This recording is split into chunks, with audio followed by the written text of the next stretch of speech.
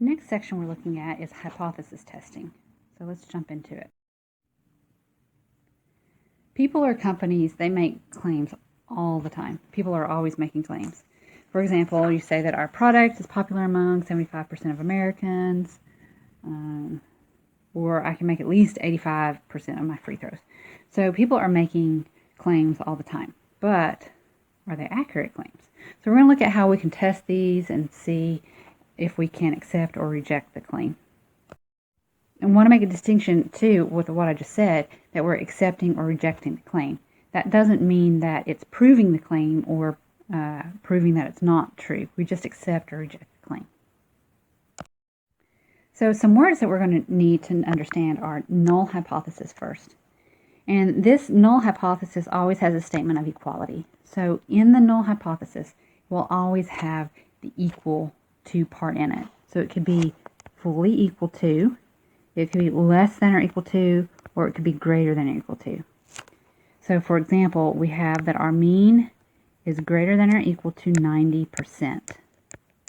And the alternative hypothesis would always be the opposite of that, or the converse of it. So it's a statement of inequality, and it will be opposite of what is being said. So if this is greater than or equal to, then the alternative hypothesis is going to be less than 90%. These two will always be opposites, will never be the same. One has the equal to in it, which is always the null has the equal to in it, and the alternative never has the equal to in it. So if we started out by saying up here that our mean was equal to 50%, then our alternative would be the mean does not equal 50%. That would be the opposite of an equal to. So we're going to identify the null and alternative hypothesis, and we're going to figure out which one is actually the claim. So first of all, Thomas claims that he can achieve more than 12 pancakes per game.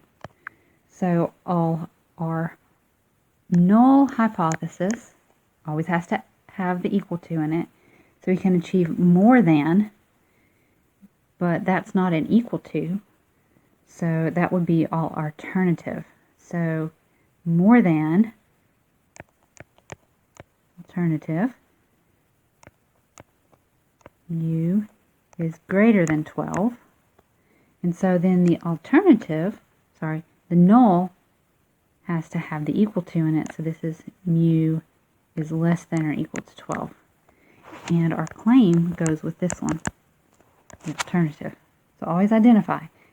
Thomas claims he can achieve more than 12 pancakes per game. So more than doesn't have an equal to, so it needs to be the alternative, and that's our claim. And so that means we need to do the opposite of less than or equal to for our null. So we're going to go null, and we're going to go alternative. A cross-country star claims that it will take her no more than 4 minutes to run a mile. So at the most. So it includes 4 minutes. So our mu is less than or equal to 4, and the alternative is mu is greater than 4, and our claim would be here. Because no more than would be less than or equal to 4 minutes. Next one, we're going to go ahead and write down null hypothesis and alternative hypothesis. The salesperson claims that she averages 12 sales per month. So that's equal to 12, and that was the claim. And so the alternative, this would just be not equal to 12. So pay attention to where the claim goes. The claim doesn't always have to go with the null, but the null always has to include the equal to. When we're trying to decide whether to accept or reject something, we always test the null hypothesis. So always test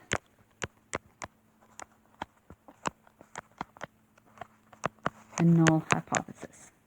And we'll either accept or reject the null. Now that doesn't mean we accept that. Remember, our claim doesn't always match up to our null. So that's why it's very important to know which one the claim is going with. But we always test the null. And so when we're testing it, we can make a decision to either accept it, to reject it, or not to reject it. So we either reject it or we don't reject it. But sometimes that decision is actually wrong. So sometimes we can make the wrong decision. And that leads to either a type 1 error or a type 2 error. So if the null is actually true and we reject it, that's a type 1 error. So the null hypothesis is rejected when it's actually true. And of course, if it's false and we reject it, that was the right decision. And then we have a type 2 error, is the null is not rejected, and the null was true, so we're good. Or the null is not rejected, and the null was false. So notice that these are opposites, and so they would lead to errors. So type 1 is when we reject it, but it's true. And type 2 is when we don't reject it, and it was false. And that leads to understanding of a level of significance. And this is how we know. So level of significance is the maximum allowable probability of committing a type 1 error. So type 1 is that we rejected the null, but it was actually true. So type 1 errors are the same as level of significance. So we denote the level of significance with alpha. So if alpha is equal to 0.10, that means there's a 10% chance that the null hypothesis was rejected when it was actually true. That's a type 1. Type 1 error. So 10% chance that the null hypothesis was rejected when it's actually true gives us an alpha of 0.1. Now, if we reduce the risk of a 0.1 by making it, say, a 0.5, then we actually increase the risk of a type 2 error by widening the accepted interval. So understand that. Type 1 and type 2, you have to kind of balance them. So if you reduce type 1, you're increasing type 2. There are 3 common levels of significance, or alphas: 0.1, 0.05, and 0.01. If you kind of think back, remember we had a 99%, a 90%, and a 95% that we used. So kind of think, those are kind of similar thoughts here, but 10%, 5%, and a 1%. Those are 3 most common levels. So today, we're only going to be looking and working with z-values, okay? Because you're going to know the standard deviation, and n is greater than or equal to 30. So in the next video, or tomorrow, you're not going to do that. That's not going to be the case. We're going to be looking at t-values then, but today, only z-values. So now that you know what your level of significance is, you know what a null hypothesis is and alternative hypothesis, we need to determine what we want to shade by the alternative hypothesis. So we're going to use alternative hypothesis. So if mu is less than k, so whatever we're testing, then we need to come down here and shade on the left, and it's less than. So it's a left-held test in our critical region, or our level of significance. So if it was 0.1, would be that region, and then this would be 1 minus alpha, which would be the 0.9. If it's not equal to, it's a two-tailed test, so it could be been on either side, 1 minus alpha in the middle, and we need to split our level of significance between the two sides. So if alpha was equal to 0.1, we have 0.05 on each side. And remember, that's the area that's shaded underneath the curve, because it's an area, it's percentage.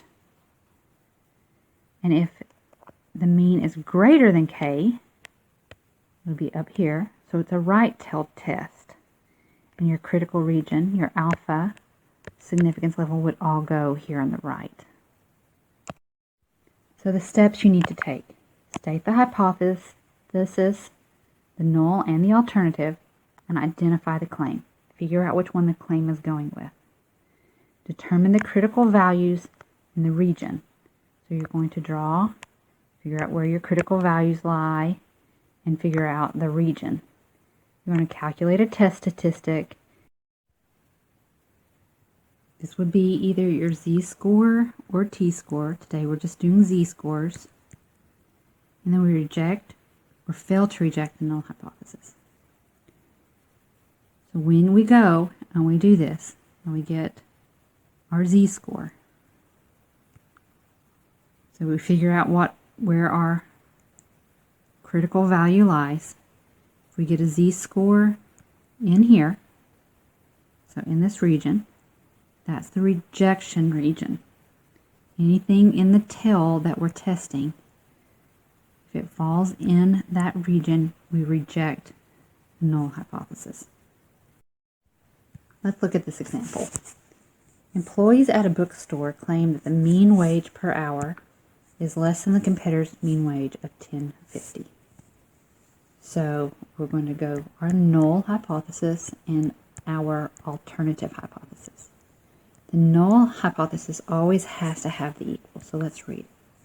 The mean wage per hour is less than, that doesn't say equal to, so that goes into the alternative. So mean is less than $10.50. That means we need to do all the null hypothesis of greater than or equal to $10.50. And this is our claim over here. Now let's keep reading. If a random sample of 50 employees, so N is 50, shows that a mean wage of $10.50, or $10.05, so that's our mean, that's X bar, with a standard deviation of 0.75. And that's, we need to go ahead and find our sample standard deviation, 0.75, divided by the square root of the sample size, which is 50. That gives me 0.106. All right, going on. Test the employee's claim at a significance level of 0.01. So the next thing I need to do is figure out where I need to shade. So if I look at my alternative hypothesis right here, it's that the mean is less than 0.05. So less than would fall down here. It's a one tail, it's a left tail with an alpha of 0.01. So knowing alpha, I need to find my z-value associated with that alpha. So the z-value associated with that, then go into our calculator, and we're going to do an inverse norm, 0.01 for the area, and that gives me a z-value of negative 2.33. And that's this line. Now we need to go in with our data and figure out the z-score for our data. So the z-score is equal to x bar, which is 10.05, minus 10.50, because it's minus mu, and mu, notice, I'm pointing this out, mu will be up here with our test, with the hypothesis, divided by our standard deviation, 0.106. That gives me a z-score, just put it on my calculator, negative 4.25. Negative 4.25 falls down in here. So this is in the rejection zone. So we reject the null, because we're testing the null. We reject the null. So rejecting the null says that we have sufficient evidence to support the alternative, so we can support the claim. So reject the null, and significant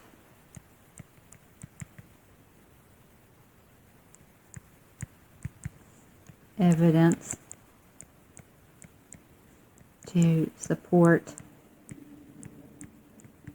claim. Now, again, we're not saying the claim is true, but we have significant evidence to support the claim. All right, let's try this example. A company representative claims that they will ship a product in less than 4 days. So key here, we're looking at the 4 days. So let's determine what our null and our alternative hypothesis are. Remember, the null always has to have the equal to part. This says less than 4 days. There's no equal to in it. So we say mu is less than 4 days, and this is our claim. And that's on on the alternative. So mu is greater than or equal to 4 days for the null. So that actually gives us mu right there. So then we're going to go through and we're going to say, read the rest. It says a random selection of 60 delivery times. So n is equal to 60. Sample mean of 3.9. So that's going to be our x bar. It's our sample mean, 3.9. And a standard deviation of 0.6. Is there enough evidence to reject the claim? Well, one thing that's missing from this is our critical value. So I'm going to go ahead and give it to you. For our levels of significance, we're going to say it's going to be 5%. So alpha is equal to 0.05. Now this, if we go ahead and graph, remember we use the alternative. Yes, always when we're looking, so it's less than 4. So we're going to have less than down here. And we need to find our z-score associated with that value. So we'll do the inverse norm of 0.05. And we get a negative 1.645. That's the value that will determine if we'll separate the rejection zone from the non-rejection zone. So let's go ahead and figure out what our z-score is for our data. But in order to do that, we need to find a sample standard deviation. So we're going to take the standard deviation, 0.6, and divide it by the square root of the sample size. 0.6 divided by the square root of 60 gives us 0.077. And we're going to go 3.9 minus 4, because these are our mu's up here, and divide it by 0.077. 3.9 minus 4 divided by 0.077 gives me a negative 1.29. And the negative 1.29 would actually be over in here somewhere, because negative 1.645. Because this is not in the rejection zone, the rejection zone is down here, less than, we cannot reject the null hypothesis. So cannot reject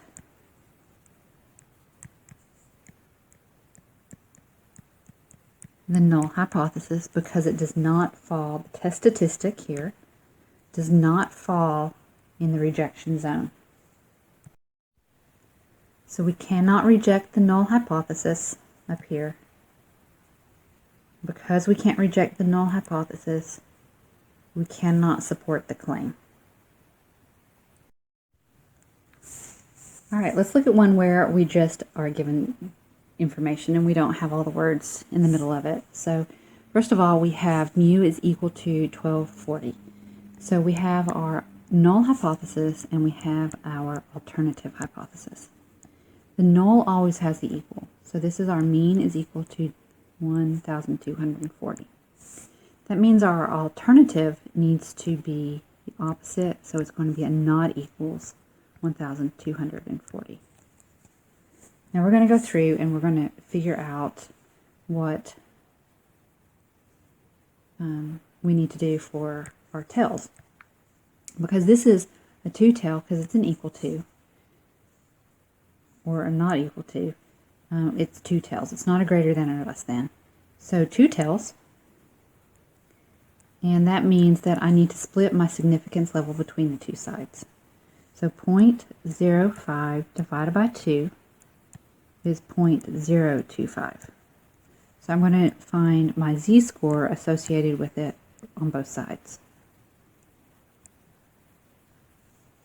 And that means the percentages here in this region. So 2 tails not equal to would be on both sides right there. So that gives me a z-score. We need to do inverse norm of 0.025. And we get a z-score of negative 1.96. And the other side, remember, it is symmetrical, so it's 1.96 on the other side. Now let's go through and figure out what our z-score for our data is going to be.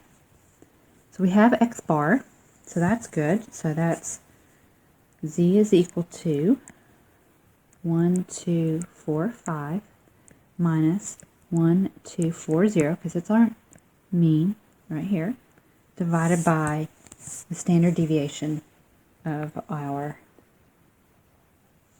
sample.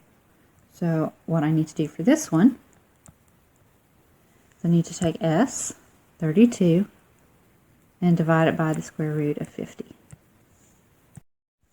And I get 4.5. So I'm going to divide this by 4.5. I guess 4.53.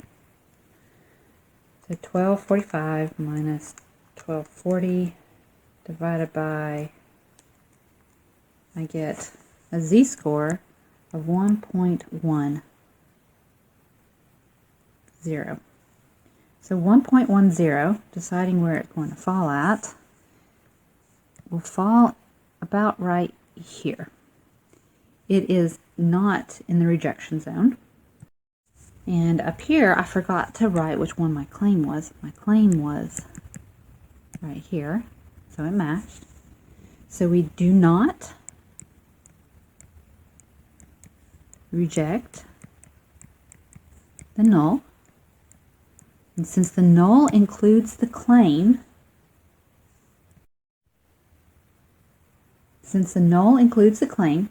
there's not enough evidence to reject the claim. There's not enough evidence to reject the claim. So we don't reject the null, and not enough evidence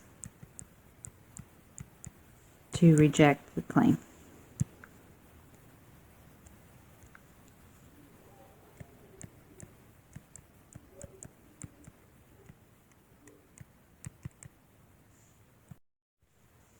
So the things we looked at today are the null and alternative hypothesis, where we need to shade, and when do you reject the null hypothesis and when do you not reject the null hypothesis. So you reject the null hypothesis if it falls in the critical region or the shaded region. You do not reject the null if it does not fall in that region.